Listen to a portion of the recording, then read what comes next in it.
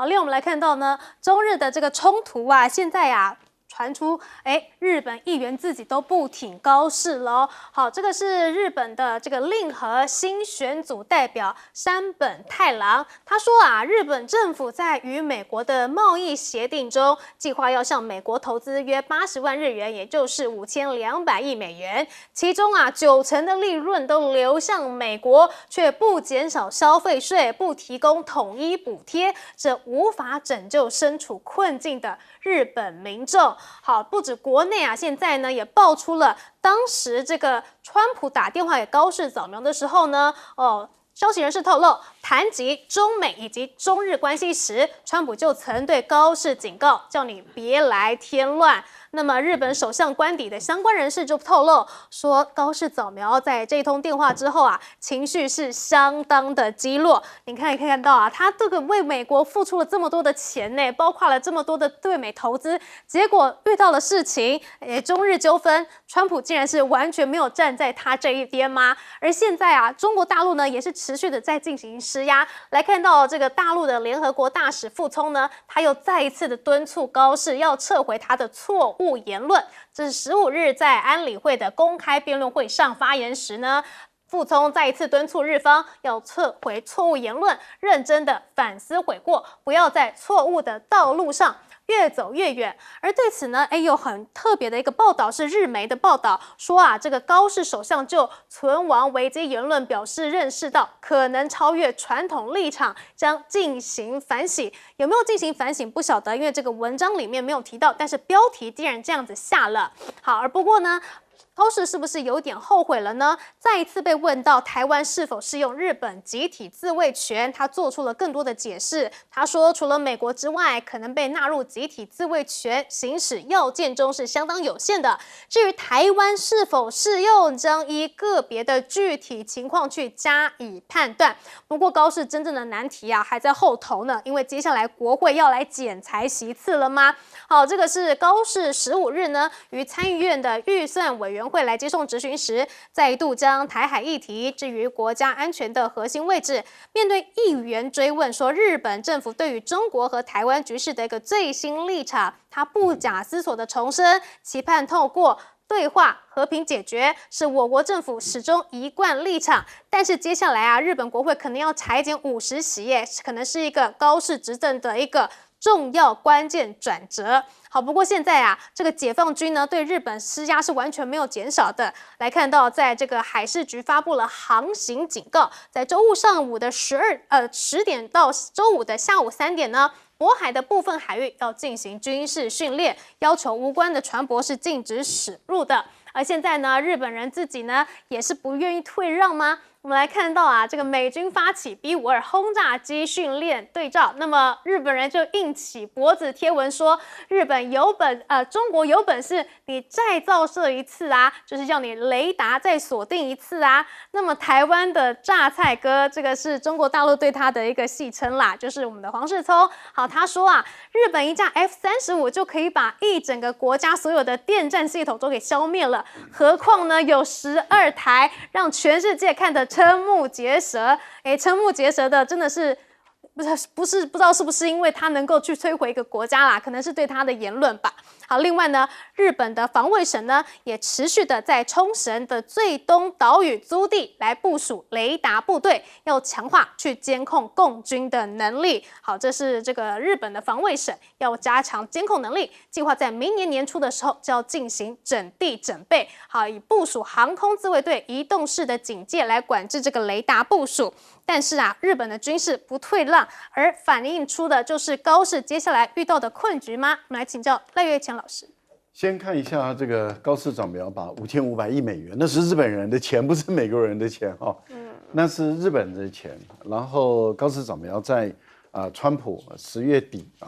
去日本访问的时候，他就跟川普签了一个协议了，也就是说答应要贡献出这5500亿美元给美国，然后让美国在他国内来去使用，很大一部分是要用在基础设施这个部分。而当时也说好它的利润90%左右，如果有赚钱的话90%由美国人来支配，剩下的给10%给日本人。那如果最后整个日本要撤资合作结束了以后啊，那日本再拿走啊，就是之后的50%的利润就归给日本。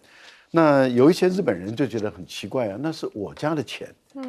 为什么要送给你美国人去使用？你拿我家的钱用在你家里面去做基础设施，那如果这个基础设施有赚到的钱，竟然还是你美国人分走90%，我日本人只拿走10%，这什么意思呢？他们就不太理解，这怎么会是做这样的一件事情啊？好，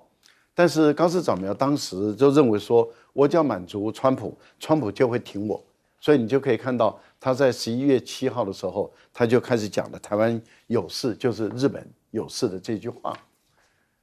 这句话讲完了以后，我们看到中日的关系紧张了。川普后来一看会影响到这个中美的关系，那川普他当然他的最主要的目的一定是要搞好跟中国的关系，而不是日本。所以他给高市早苗打了电话，告诉他说：“你不要来捣事，你不要给我惹事。”那问题就在于，这么机密的这段话不是从美国那边泄露出来的，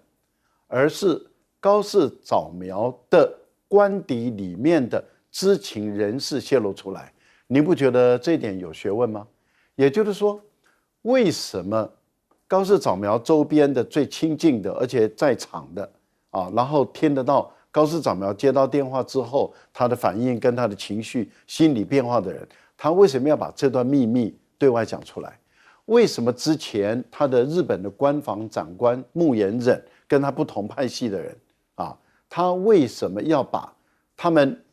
幕僚给高市早苗的备询稿，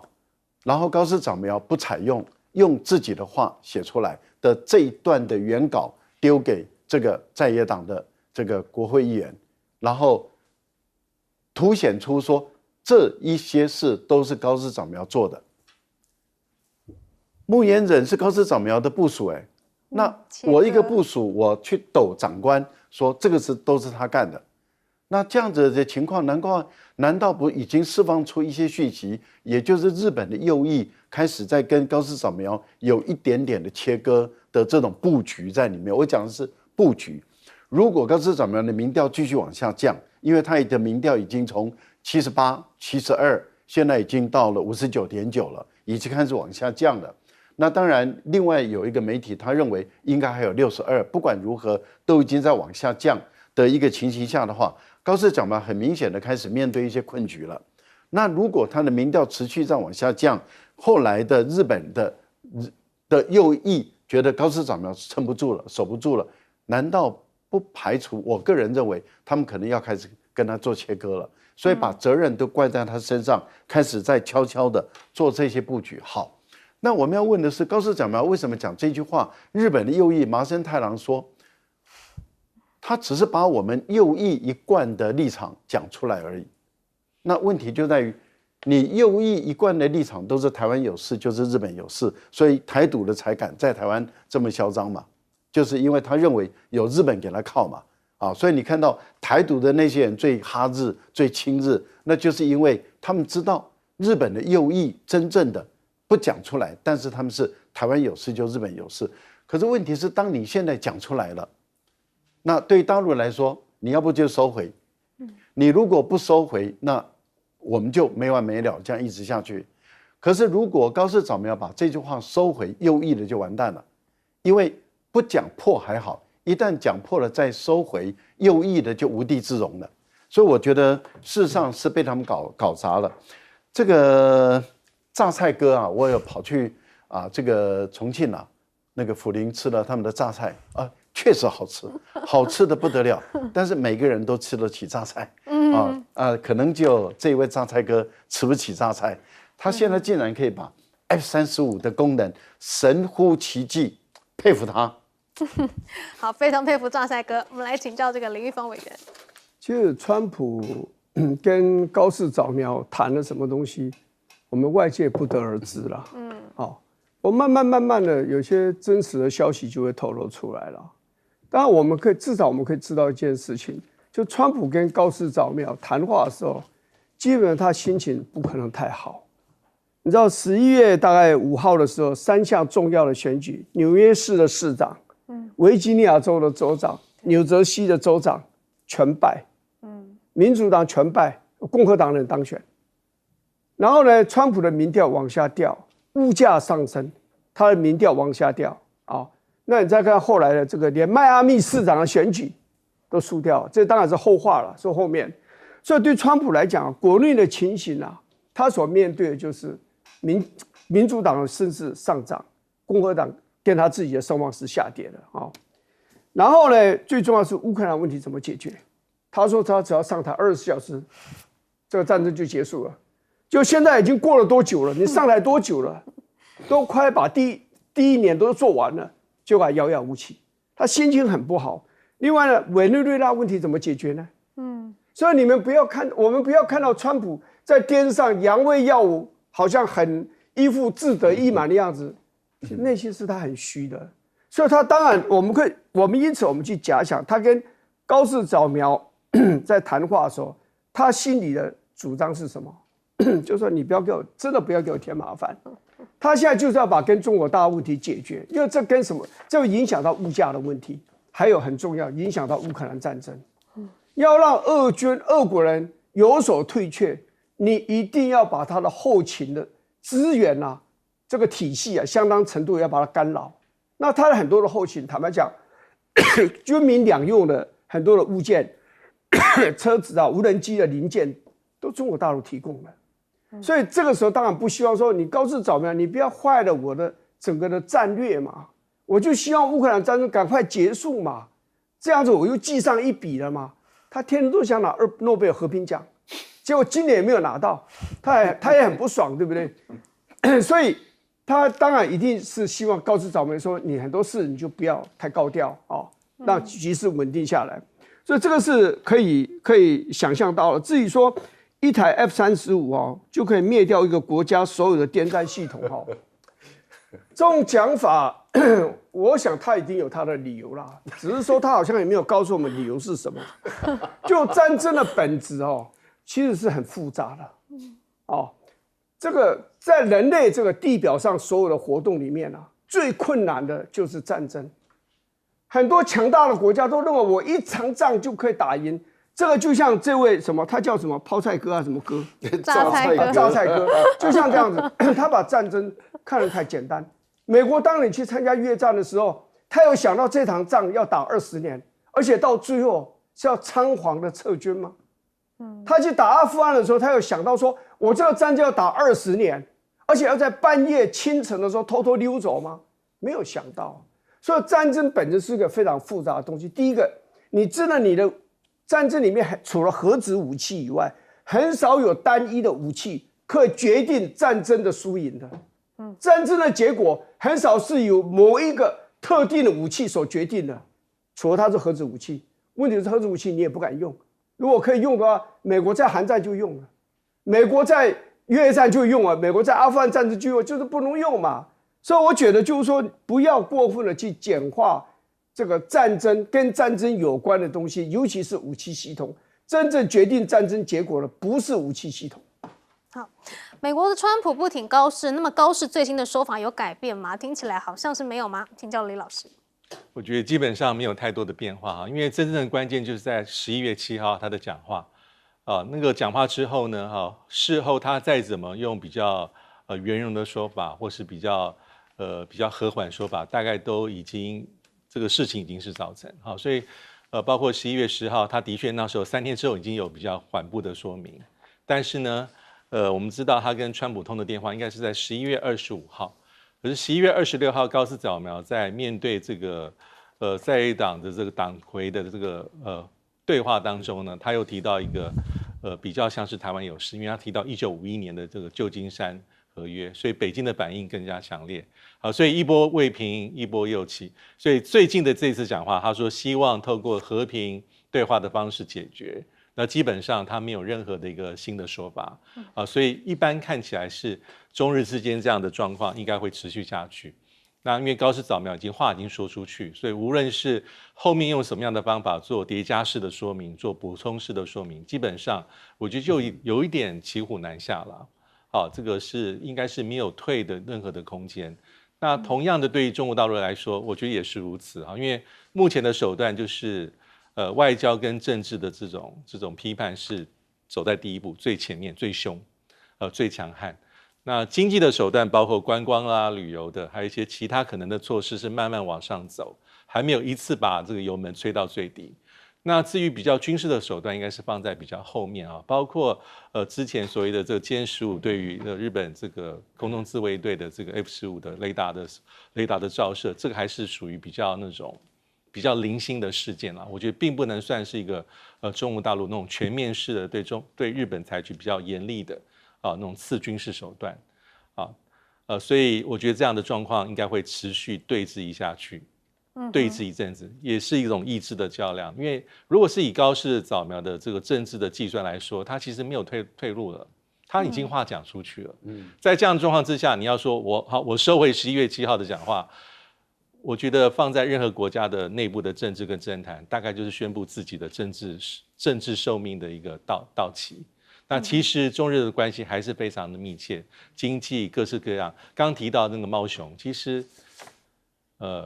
1972年其实中国大陆就提供两只猫熊，但猫熊外交早期我们也知道，基本上是赠送的。之后呢，从1983年之后，大概都是用租借到现在。所以当明年这个所谓的这个2只最后在这个上野动物园的这个猫熊回到中国大陆之后，可能短期之内日本就不会有中国大陆的猫熊。我觉得这是一个政治关系的一个指标，或是一个温度计，代表说中日关系短期之内好像是没有和缓的迹象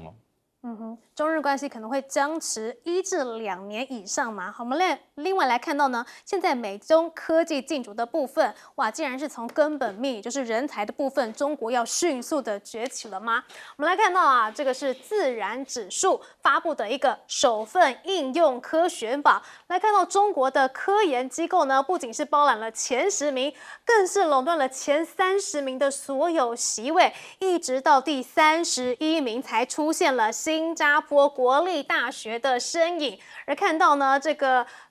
贡献度的部分中国是占了这个58%，那么美国竟然是只有10%呢。好，不止人才的部分，现在呢美国大量的钱也都涌入中国去投入 AI 领域吗？好，根据伦敦证券交易所的数据，美国公司像是 Vanguard 集团还有贝莱德富达管理的基金呢，今年是持续增持了阿里巴巴在香港上市的股票、腾讯还有百度。那么这个美国的伦敦的投资公司就认为中国的科技巨头会有更大的上涨空间。而对此呢，美国的众议院院长呢就说了，支持共产主义的中国侵略行径投资必须要停止。不过现在人民币打算要大涨了吗？我们来看到现在这个人民币对美元的汇率是显著的走强，更多反映着国际投资者预期的离岸人民币于盘中升破了 7.05， 在离岸人民币的汇率是双达到了去年10月中旬以来的高点。好，知道现在美国确实是缺人才，川普也要成立美国科技部队。美国政府成立了美国科技部队，你从企业引进人才，强化 AI 能量。目前呢，已经有约20家的科技公司表态要参与了，包括了 Palantir、Meta 还有 Oracle。那么，美国的科技部队预计要首波就要招募1000名的科技人员，而服务的期限为2年，最快可能在3月呢就能够进驻各政府机关。不过，我们来看到在这个科技领域的部分哇，美国之前都是引以为傲，都是领先的，现在呢也出现了逆转吗？美国的扫地机器人先驱 iRobot 宣布破产了，而且呢，与其齐奥的长期伙伴，也就是债权人的深川机器人达成了收购协议。哇塞，它是扫地机器人先驱结果现在呢是被中国给收购。好 ，iRobot 的际遇不禁让人想到了2000年代前后日本白色家电品牌的命运，最终呢都败给了中国的供应链。好，说到日本中国的人形机器人呢也登入日本了。好，日本长期保持优势地位的机器人产业呢，正在发生地壳变动。于12月初在东京开幕的机器人展会上呢，中国企业制造的人形机器人显示出明显的存在感。那当然就是所谓的这个语数科技了。好，首次参展的日本 GMO Internet Group 公司于2025年4月呢开始提供租赁机器人的服务。那么6台曾经被派遣到企业和工厂的机器人呢，在此集会是聚集了在一起。那这6台机器人都是中国语数科技开发生产的。G1型号的机器人呐，还可以帮来到展区咖啡厅的顾客去点餐，并且运送饮料和点心，显示中国的科技真的是相当的进步。好，另外来看到在太空的部分，美中也是持续的在竞逐吗？这个 SpaceX 的星链工程副总裁尼科尔斯发文了，说呢，中国近期发射的一批卫星中啊，有一颗与他们的星链卫星出现了200公尺的近距离。不过对此呢，中科宇航就回击了，说他们所有的发射任务都会使用地面空间感知系统选择发射窗口，就是为了要避免跟已知的卫星或者是碎片去发生碰撞，还指控美国啊，半年来都一直在变轨14万次，就是说你一变轨的话，你就可能撞到我啊，结果你现在竟然是恶人先告状。好，另外呢，还有一个非常厉害的一个科技啊，就是这个月壤砖，这个是中国的一个新的技术。好，中国瞄定了2030年前呢，要来实现载人登月，未来会在这个月球建造基地。那么为了要实现就地取材，中国已经研发出了全球第1台用月壤来打砖的机器，可以利用月壤啊、太阳能等等的这个原位资源，打印出不同大小的砖块，然后再借由机器人来像是砌积木的方式来快速的搭建这样子的一个基地模组。好，所以可以看到啊，中国在这个机器人或者 AI 方面，不断的都一直在强调他们要去落地应用。那这一块呢，可能会超越美国吗？请教赖教授。现在美国的压力确实很大，因为《自然科学杂志哦，不是《自然指数》哦，另外一本杂志是在国际间蛮有影响力的啊，很有权威性的一份杂志。那它对于目前在全世界影响力最大的74项的科学技术中，它的评估是中国大陆领先了64项，其中的64项，然后它的计算的结果是中国大陆的领先占90%，而美国2、3、4、5这样加起来，那也大概占10%左右所以它的估计里面这引起了澳大利亚他们很高度的一个关注，就是说中国大陆事实上在绝大部分的科学技术它都已经领先了，美国呈现落后。美国现在比较还能够维持领先的在量子技术、地球工程这个部分，但是在生物科技这个部分，过去也是美国的强项，现在都被大陆追过来了那当然核能也好，或者是这个机器人 AI 等的发展，对美国来说，那中国大陆尤其是的 AI 竞争的非常的激烈，两个大国应该是全世界2大强。那另外一个就是应用科学了，也就是说，我们都知道科学大概分为基础科学、应用，另外还有一个就是未来在基础科学这部分，美国有它的相当的强大的地位，但是在应用科学这个部分，他们那个澳大利亚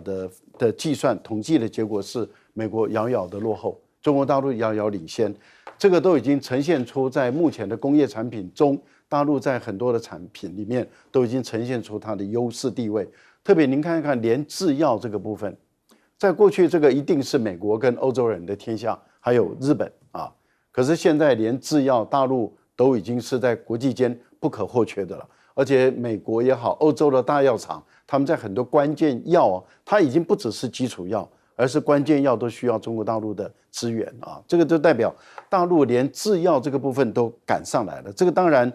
让美国的很多政客都忧心不已，但是问题就是你忧心又能怎么样？因为第一个就是研究经费的投入，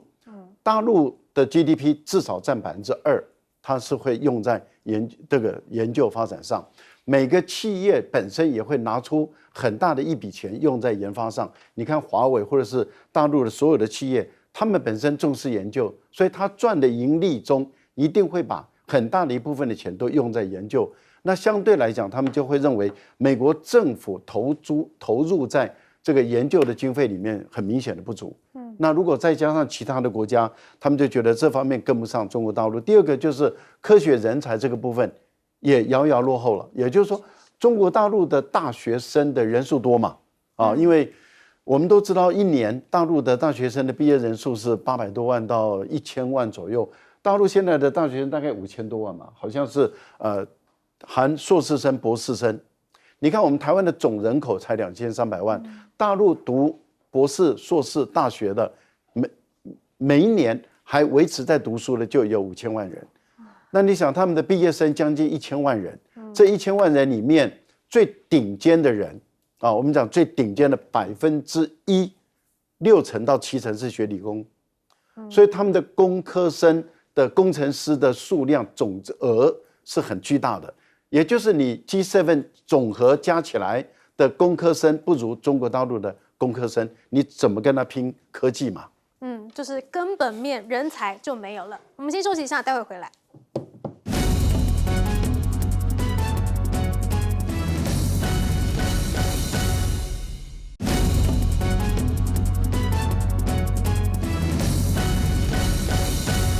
未来全世界的人才都会来自中国大陆吗？我们来请教林玉芳委员。一方面，当然有人讲说，中国大陆跟美国科技还差距很大。譬如说，核子动力的航空母舰，美国是1961年就有了。好，所以中国大陆如果假设这个2030年有的话，那差距就69年。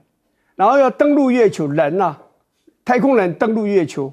美国是1969年就有了。而中国大陆是计划大概在2030年要去登陆，那这个差距呢，就是61年。好，所以这是一种比较的方式。但是从另外一个地方去看的，就是说，美国有一个学者他导致叫做 Arthur 这个 Herman， 他导致讲的很不错，就是说，中国大陆每一年理工科的学生有470万人毕业，美国只有56.8万人。而这56.8万人里面，一半是外国学生，而外国学生里面有一半是中国大陆去的学生。如果这样去比的话，就是说，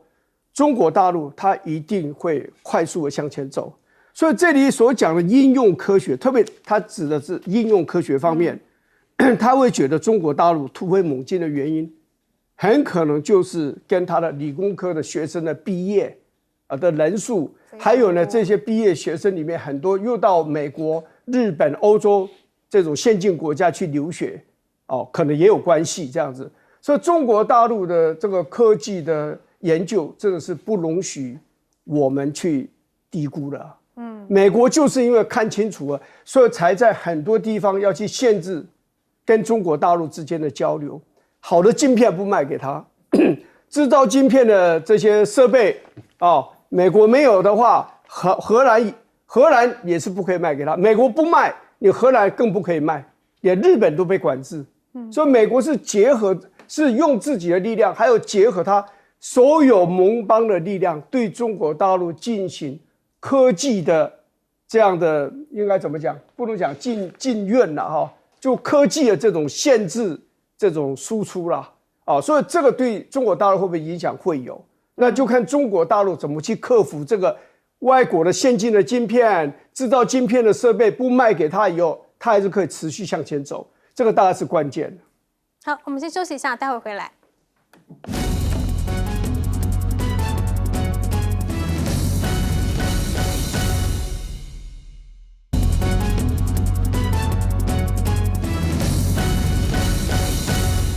应用科学榜被中国的学生给垄断了吗？请教李老师。对，我觉得现在当然是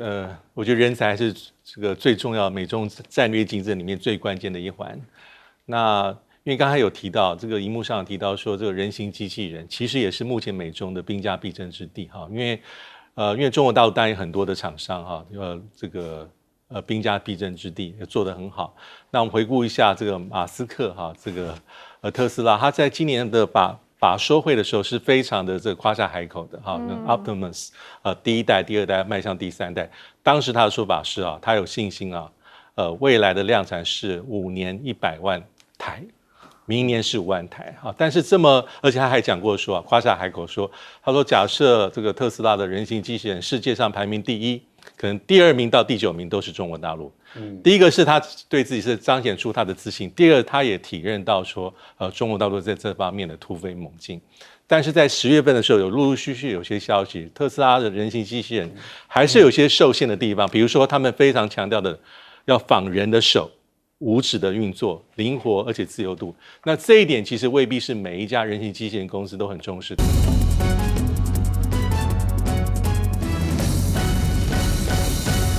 欢迎持续锁定新闻大白话，我是黄运成。首先来为您介绍这一节国际话题的来宾，第一位是我们的国际战略学者林玉峰，大家好，以及我们的国际政治专家赖岳谦，主持人好，观众朋友大家好，还有淡大战略所教授李大中。主持人好，大家好。好，我们来看到现在台湾啊，跟独裁国家真的是一线之隔吗？哇塞，赖总统呢，他批在野党独裁，黄国昌呢，他认为说这根本是丢脸丢到国际了，明明就是自己搞独裁，结果说国会3读通过的法律是独裁，这种不合逻辑的诡辩都说得出来，赖总统真的是丢脸丢到国际了。而国民党怎么批评的呢？国民党是严正的呼吁卓荣泰啦，说呢应该要来遵守中华民国的法治，善尽宪法忠诚义务。前有南韩以习越为鉴啊，成为国际大笑话。赖跟卓千万不要一错再错，沦为中华民国的历史罪人。好，说到以习越啊，现在呢特检组也曝光了，说呢他真的是终极独裁，想疯了。好。南韩的内乱特别检查小组在15日公布了一个最终的调查结果，指出前总统以习越早在2023年10月起呢就开始筹备紧急戒严，企图要以武力来消除政治反对势力，建立行政、立法还有司法、军事一把抓的独裁体制。而现在呢，特警也爆料说呢，金建熙那个时候跟以习越在宣布戒严之后就大吵大闹，说呢一切都被你搞砸了。不过现在不知道有谁会来警告赖总统，而赖总统听得下去吗？因为我们来看到啊，民进党自己呢，可能就是挺独裁的。这个是之前这个以习越宣布戒严的时候啊，哇，民进党的议员呢就说呢，台湾的国会蓝白两党也是同样利用席次优势，一再扰乱阻挡。若继续如此下去的话，台湾也可以考虑来宣布戒严。哇，到底是谁权力一把抓啊？我们来看到啊，赖总统他要通过这些国防预算，他想要跳过民意耶，一把抓。像是这个1.25兆的特别预算的军购，平均每个台湾人要付出5.5万。另外还有这个关税黑箱12兆的对美投资，平均每人要付出55万。另外呢，半导体生态系赴美，这更是牺牲台湾的科技产业未来。这些东西你都没有要经过国会同意，难道你不是独裁吗？好，另外来说到啊，毕竟这个国防预算花了这么多嘛，所以现在呢，国安局要出来背书了吗？罕见公布了美日飞反舰导弹的部署图，将这个日本啊，还有菲国联演，把这个提风的中程飞弹机动部署至日本的山口县、菲国的三苗里市省。好，还要将这个反舰飞弹呢推进至这个冲绳、宫古岛、石垣岛，还有这个菲国的巴坦岛。这是很少见的，把这个整条的这个飞弹部署图给曝光。另外，像是这个国防部的陆军桌历也特别藏了一个彩蛋，这个他推出的这个上面呢，在10月的配图中呢，写着一个禁止进入的道路标志，融入了解放军东部战区的章徽意义，象征对于来犯敌人的警戒跟拒止，好传递这个明确的防卫资讯。但是你这个陆军桌历放了一个彩蛋就有用吗？徐小新爆料啊，说呢，国军竟然是被半自破自费去学无人机操作。他说他接获到了弟兄的陈情啊，只被部队的长官以半强迫的方式要求自费去参加民间的无人机操作课程，取得证照。好，对此顾立雄说呢，他是严禁这种状况，2周内要来完成清查。而说到这个无人机啊，美国有最新的科技吗？这个是美国的防卫新创公司 Shield AI， 在今年10月底推出了一个新一代的自主无人机 X-Bait， 强调为全球首款以 AI 自主运作来具备垂直起降能力的无人机。而这个特点呢，正好就适合我国的空军发展不对称作战的重要选项。那么 Shield AI 在获得美国政府同意之后，本周要来台了，要拜会我国政府相关高层来进行专案简报。是不是又要去花钱买了呢？但你买了之后会到货吗？能够去抵抗中国吗？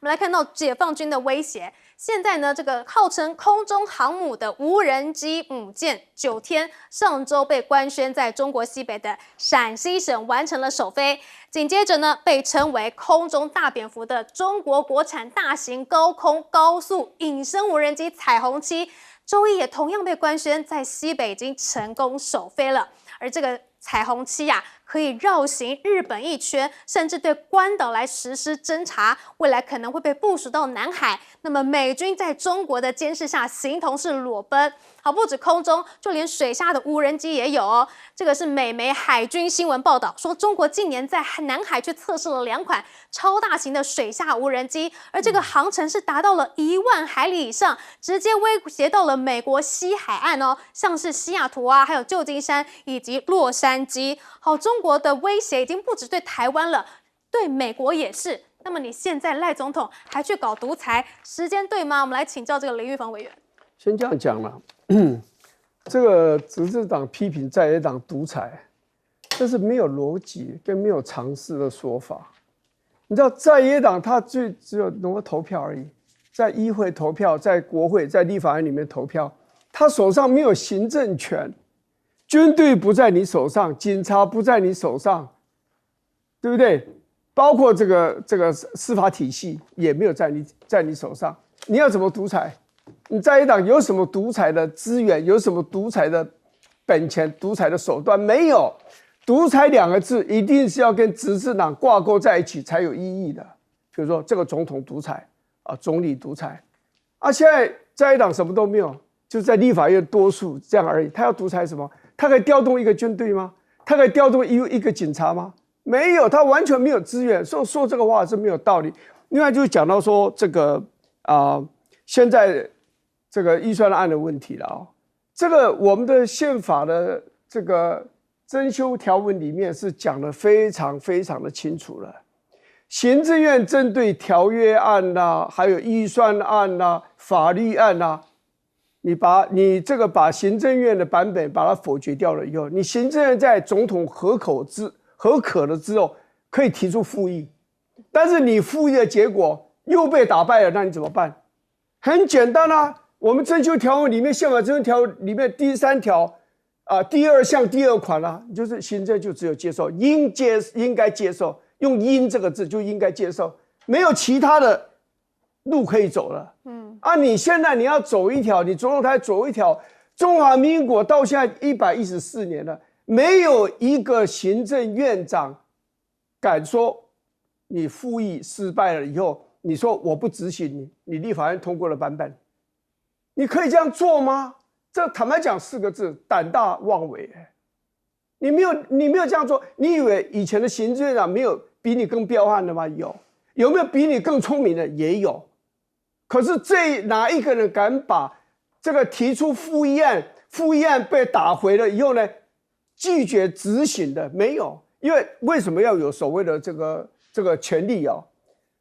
要给立法院这样的权利，这世界各国的宪法设计大概都这样子。这种宪政制衡的理则，就行政、立法、司法之间要彼此要有一个权力平衡，而且可以互相来制衡，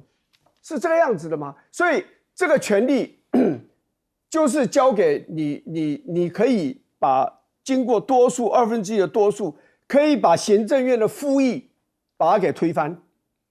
这个就是其中一个手段。第2个当然就是不信任案嘛，就是叫你对你行政院行使不信任案嘛。阁揆，那你就倒阁了嘛，就这样子嘛。所以这个是宪法赋予在野党的，应该这样讲了，也不在野党给立法院的权利。那你跟行政院之间，行政院的资源庞大，你立法院一无所有的情况之下，你有一个武器在你手上，这个武器就是你行政院的复议案把你打败了以后，你行政就要乖乖的接受立法院的决定。我讲的就是法律案，就是条约案，就是预算案。按下你不接受，那你不接受你一个人的力量要否决整个中华民国宪法的这样的一个效力啊，要否定中华民国宪法的这样的一个威严。那这个游戏哦，玩到这样就没有办法玩了，你知道吧？那你这剩下就是到街头去玩，还是怎么样呢？大家照游戏的规则嘛。你行政院今天要对付立法院，你有你的武器，但是你也要了解，就是说宪法也给了立法院武器，这个武器就是你的复议，把你的复议打败，然后你就要乖乖接受。美国也是这样子，美国跟我们有一点不一样，但是他们的设计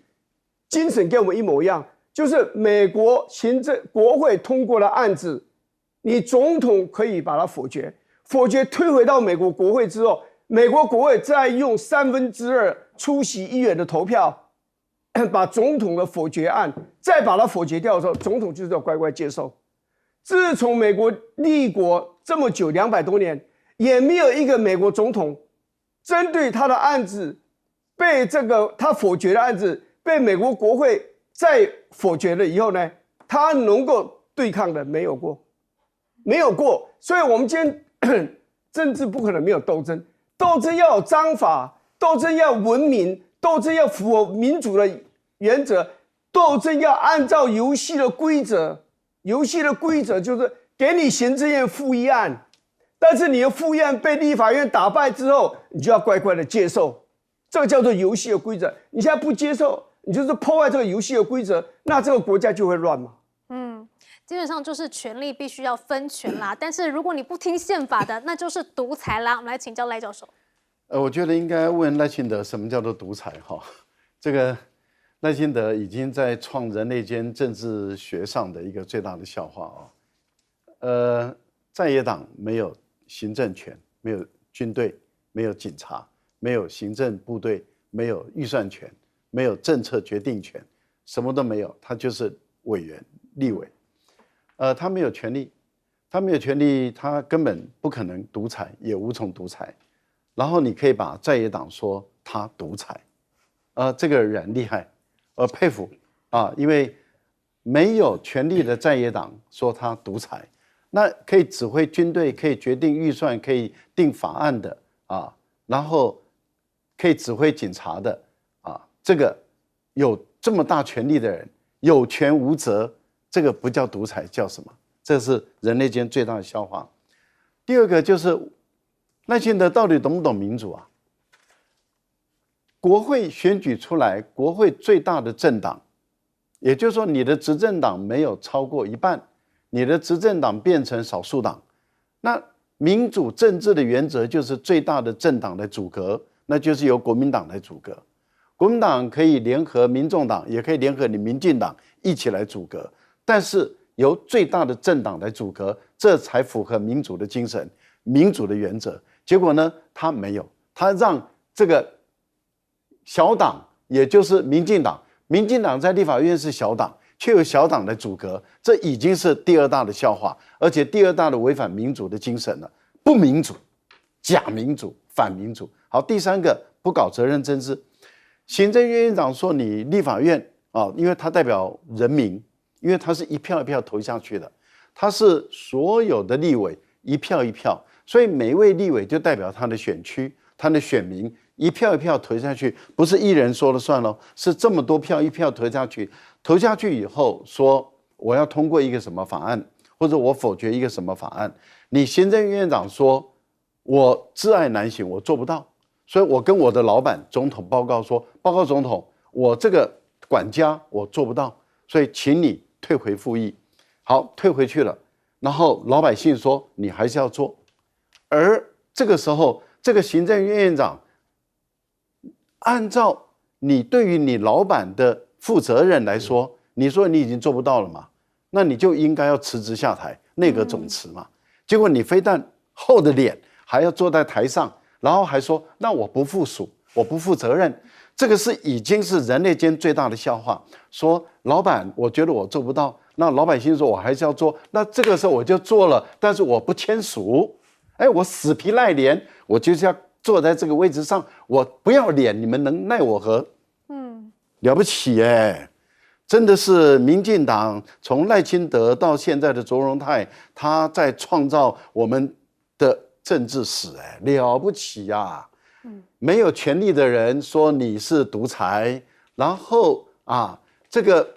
规定的事情都不干，然后最大的在野党说你不能给我阻隔。你还继续给我当在野党，然后我少数党来组成政府。你少数党组成政府，你当然预算案不会通过，你的法案不会通过嘛，这天经地义的事嘛。我怎么可能我反对你的人，我去投票给你呢？这个人类间最大的笑话，全部都在民进党完成，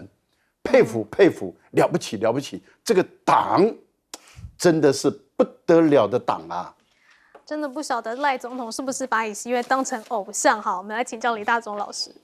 对，因为今天这个韩国的这个特别检查小组公布最后的一个最终的调查结果所以虽然我们看起来是对去年12月尹锡悦发动的这个所谓的戒严这个印象很深也很多的细节大家都知道，但是这份报告里面还是披露出一些我们不知道的事情所以是有点很多是匪夷所思。第一个是他的目的这调查小组就是说尹锡悦很简单，他就是希望透过这个宣布戒严，达到真正所谓的独裁，而且是党政军行政、立法、司法、军队一把抓，这第一个。第二个，他运用的途径里面呢，他特别提到点说尹锡悦上任之后有把韩国的总统府移到龙山区，这是他说是有目的的，因为那里面是跟韩国南韩的国防部是同一个营区。为什么尹锡悦要这样做？基本上就是要接触军方高层，笼络高层，那当然还做一些排除异己的这些做法，所以包括像是陆军的参谋长像是这个韩国的这个防谍司令部的司令，还有最后他把之前不听话的国防部长也给免职了，任用他所信赖的人，所以在里面做的就是要模拟一些要宣布戒严的相关的事情。第三点其实他特别讲到，这份报告特别讲到说，尹锡悦他有点是故意要刺激北韩。他做的一些动作，他希望借由北韩的反制的一些作为，让他宣布戒严是更加具有合法性跟正当性，这是他的途径。还有这份报告书里面，调查报告书里面特别提到，他说尹锡悦的心态，他是对于在野党掌控国会多数席次是非常不以为然，是非常具有高度的敌意的。他在公开的场合，还有私下跟他的一些亲信，或是所谓的将领的对话当中，都不止一次是用赤色分子、左翼分子掌控我们国家，这些是反国家的这个分子，用这样的言辞去对于一个国家正当存在的这个所谓的在野党，甚至是同党的这个韩国的这个共同这个什么韩国的这个他的同党了，这党魁这个韩东勋，因为意见跟他不同。所以他也说，这就是所谓的赤色分子。所以我觉得韩国虽然是这个案例是去年发生，但是里面的很多的一些事情，我觉得引以为戒包括领导者的心态，视法律为无物，还有你照理说你是一个宪政的秩序的维护者，可是你空有那个形式，你打从内心里面其实是想要超越凌驾所有的法律制度跟宪政体制的。我觉得这一点值得台湾要深思。这样听起来真的是有一点像我们赖总统说的这个在野制独裁啦。